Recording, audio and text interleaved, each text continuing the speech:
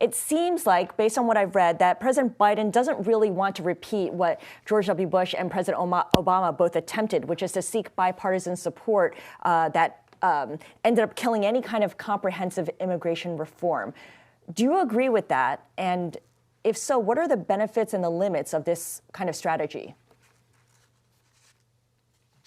So I think there's certainly bipartisan support for immigration reform in Congress.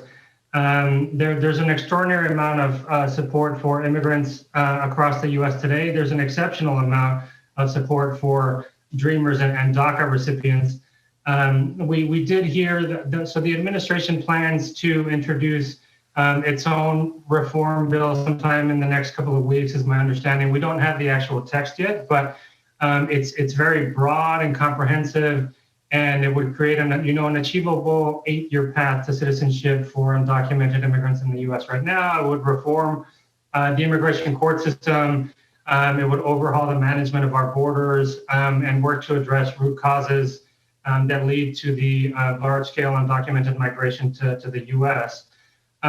So that there is support for various components of this proposal in Congress. It's just a question of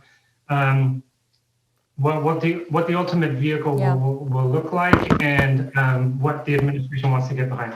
Yeah, I guess the question then becomes, is there enough support from 10 Republicans for a bill to pass? One thing I'd like you to clarify, and you kind of hinted at this, Jorge, President Trump was very active on immigration policy, and he ended up making a lot of changes, including many that most people are not even aware of, that we don't even appreciate. Can you give us some examples of some of the more insidious changes or less high-profile changes he made that would prevent President Biden from returning U.S. immigration policy back to what it was before President Trump?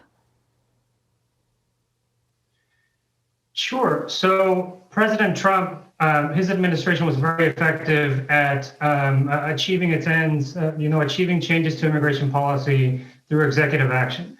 And they were also very effective in using the COVID-19 pandemic as a pretext to pursue many of the changes that they had sought through legislation, but were unsuccessful.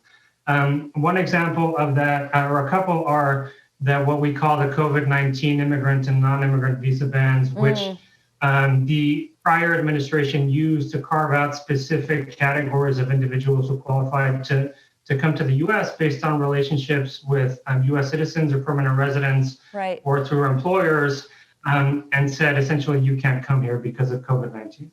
Jorge, really appreciate your taking the time to speak with us today. Jorge Lowry, Policy Director at American Immigration Council.